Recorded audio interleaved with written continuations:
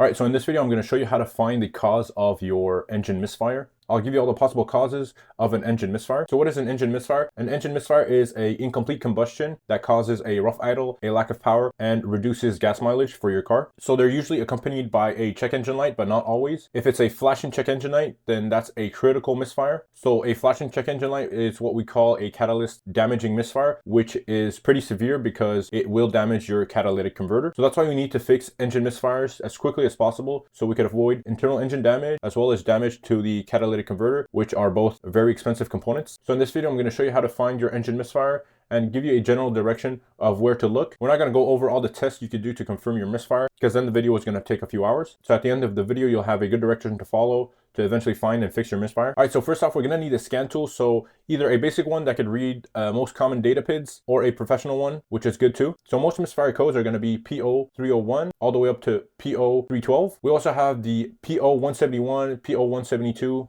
and that's the typical codes that you'll get if you have an engine misfire. So if you have no codes, then we'll move on to the next step, which is looking at long-term fuel data PID. All right, so on your scan tool, we're going to look at the data PID that's called long-term fuel trim. And that's the main one that we're going to look at every time we're trying to diagnose a misfire. All right, so think of it as a range. So we got minus 30 here, 0, and plus 30. And the job of the computer is to keep the air-fuel mixture balanced. So the stoichiometric value is going to be 14.7 to 1. So we don't need to worry about that number for now. So all we're going to need to worry about now is what is the value of the long-term fuel trim. So on this side is going to be plus 30, and on this side it's going to be negative 30. And these are percentages. So either the computer is taking away fuel, which is going to be here, or it's adding fuel to bring back the air fuel mixture to stoichiometric value. So at minus 10% and plus 10%, usually in this range, the computer will not throw a check engine light. Usually the car will run fine if it's all the way up to minus 10 or plus 10. We start getting into issues when it's past the minus 10 or past the 10, and the car will then throw a check engine light. So say we're at minus 30, so the computer is taking away fuel. That's too much fuel in the air fuel mixture. So either too much fuel or not enough air. And the opposite is going to be true. If it's at plus 30%, it's adding fuel because the condition is either it's going to be the opposite of the other side. So too much air and not enough fuel. And that's how you should think about it every time you see the data PID of the long-term fuel trim. And like I said earlier, if you're at plus 30, then you'll notice a reduction in your gas mileage. All right, so from my experience, most of the time, you could diagnose a engine misfire just by looking at the long-term fuel trim data PID. And it's also going to give you a general direction of your next test to do to confirm your misfire. All right, so to make this easier, I'm going to break it down into the 4 engine strokes. So any disruptions or issues in any of these strokes, then it will result in a engine misfire. All right, so we'll start off with the intake stroke. The job of the intake stroke is to have measured air come in and measured fuel come into the system, or any disruption in the air measurement will result in a misfire. So here's an easy way to think about it. Any restriction in the air will result in a misfire, as well as any fuel restrictions or disruptions in the measurement of the fuel will result in a misfire. So when tackling a diagnostics issue, it's important to have the right procedures and diagrams with you, especially if you're going to be chasing wires and testing components. A wiring diagram is a must-have. I'll put a link in the video description where you guys could get the service and repair manuals for your car. It's emanualonline.com. I'll share my discount code as well, which is OneTrickTech22 for 22% off your order. So these manuals also come in handy when doing big jobs like a timing belt, a rear main seal, or an oil pump. It gives you the exact step-by-step process to get the job done, so you don't have to take off components for nothing. These guides will show you the correct way of doing the job, and it also gives you all the torque specs needed to complete that job. So head over to emanualonline.com, hover over the catalog section, and you can choose from all these options. They have a ton of options and repair manuals. Click on car and enter your vehicle make, model, and year, and select the repair manual to purchase, or you could use the search bar directly. All right, so think of it as an assembly line. So this is the path that the air will take to eventually end up in the combustion chamber. So any disruptions in any of these will result in a engine misfire. All right, so first component here is the air filter. So issues with the air filter could be what?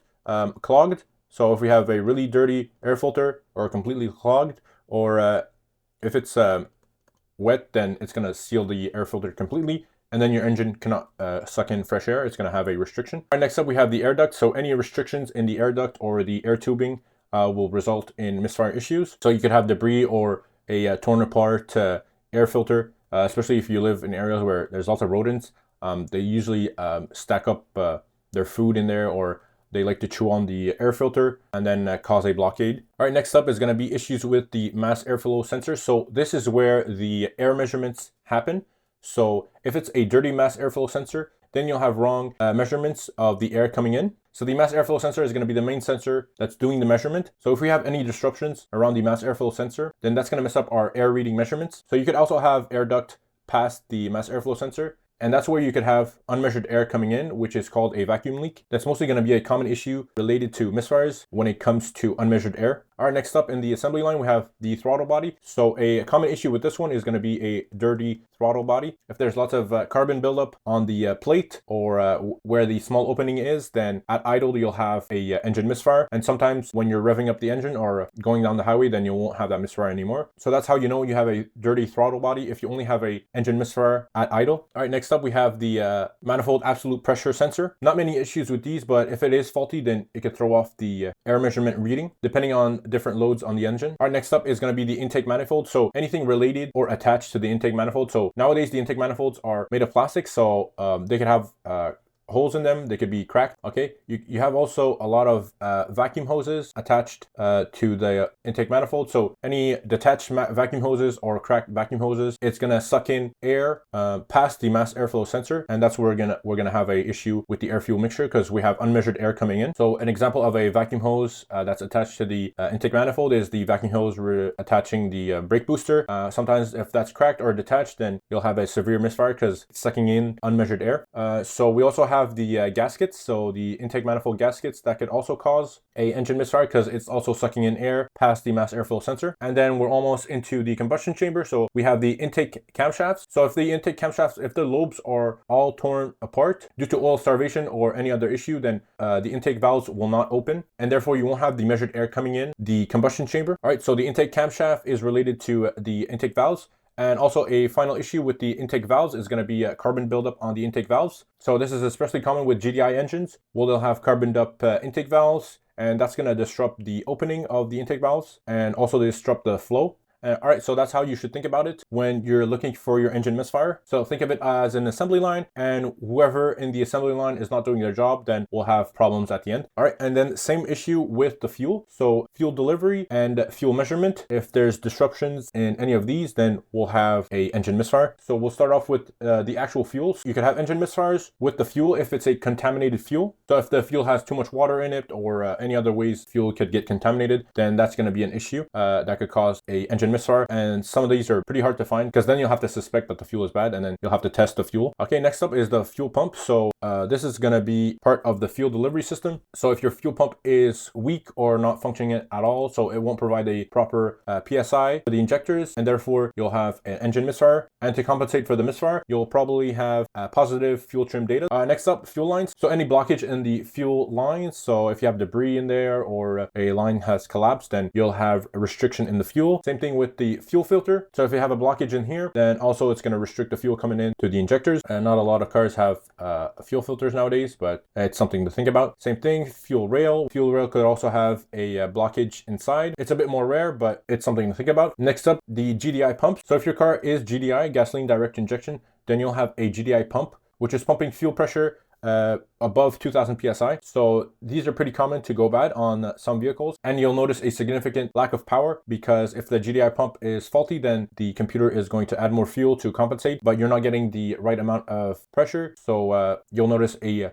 lack of power as well as reduced gas mileage. And finally, injectors. So faulty injectors, either injectors that are leaking, that are not opening correctly, that are faulty inside, shorted out. All right, so that's how you should think about it when it comes to the fuel. All right, next up is going to be the compression stroke. So any disruptions in the compression stroke will cause an engine misfire. So not a lot of things are involved in the compression stroke. So we have first off the intake valve and the exhaust valve. So issues with these is if they're broken, and so they won't seal completely when it's time for the piston to go back up for the compression stroke. So both valves have to be sealed for the compression stroke to happen. So if they're not sealing or there's a piece that's chipped, then the compression will escape through either the intake valve or the exhaust valve. And to confirm that, you'll do a leak down test where you'll pressurize some air into the cylinder, and then you'll try to hear where the air is escaping from. So if you hear the air from the muffler, then it's going to be the exhaust valve. If you hear it in the throttle body, then it's going to be from the intake valve. And then if you hear it from, I believe, the oil dipstick, then it's probably going to be from the piston rings. And that's the third one here. So the piston rings, so if they're worn out, the piston rings are not going to seal against the cylinder wall. So that's why they're together here. So they're not going to seal against the cylinder wall, and then you'll have a compression loss because air is escaping past the piston rings and past the cylinder walls into the crankcase. So if you do have an engine misfire due to a compression issue, then that's going to be a engine teardown job. So it's going to be a little bit more invasive than just a regular misfire. All right, next up is going to be the power stroke. So any issues involving the components in the power stroke will result in an engine misfire. So this is everyone's favorite, the ignition coils and spark plugs. That's what usually everyone replaces when they have a engine misfire. But as you can see with the compression and the intake stroke, there's lots of components involved. So we can't just jump to the conclusion that the ignition coils and the spark plugs are bad. I know a lot of mechanics just do that, and a lot of DIYers just jump into replacing coils and spark plugs. But as you can see, there's lots more that goes into it. So ignition coils, they could be faulty, which is pretty common. Either the individual coil, or if your car is running a full rail, then the whole rail could be bad as well. As well as spark plugs, usually at 100,000 kilometers, they go bad. So you just replace them if they're causing a misfire. Sometimes they're cracked, and sometimes the electrodes are completely worn out. All right, next up is going to be timing chain. So if your timing is completely off, then that will cause a disruption in the power stroke. Timing could be off because of the cam phasers, the VVT solenoids, or the timing chain actually jumping a tooth. So either the timing chain or the timing belt, or a stretched out timing chain as well. And all that could cause issues with the timing, and therefore will cause issues with the power stroke, as well as the computer, so the ECM. So if you have timing issues, then the computer is not going to know when to fire the spark plug, and that's going to result in incomplete combustion, a lack of power, and also pre-detonation, pinging. Another thing I forgot to mention in the power stroke, it's going to be the cam sensor and the crankshaft position sensors. So these two are related to the timing. So they communicate with the computer to tell the computer where is the piston located. So you get time the firing of the spark plug at top dead center. So you also have to think about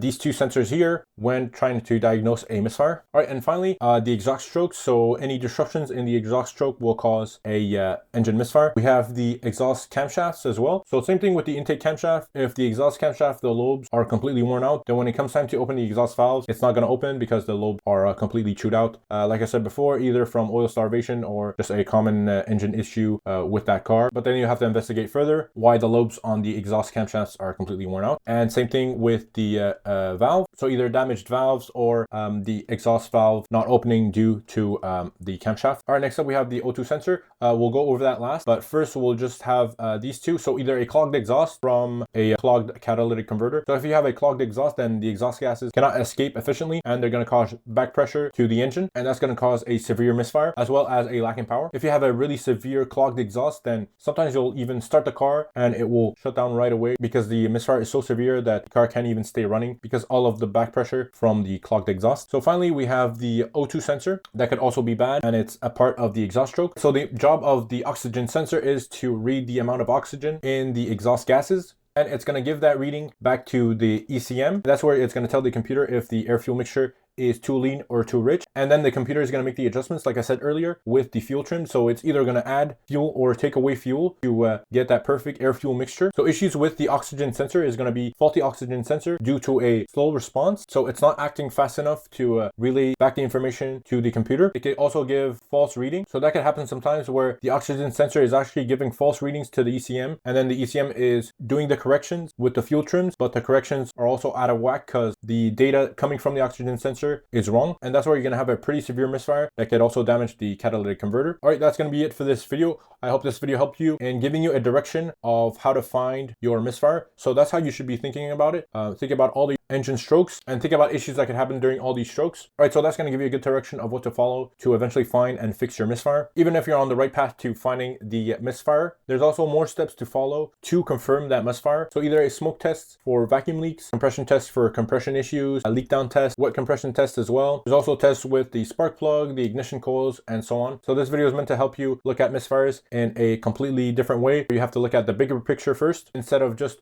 doing like everyone does, which is replacing coils and plugs and hope for the misfire to get fixed. All right, guys, hope you find this video helpful. Hope you find it valuable. Make sure you like, comment, and subscribe. If you have any comments or questions, leave them in the comments below. See you guys in the next one.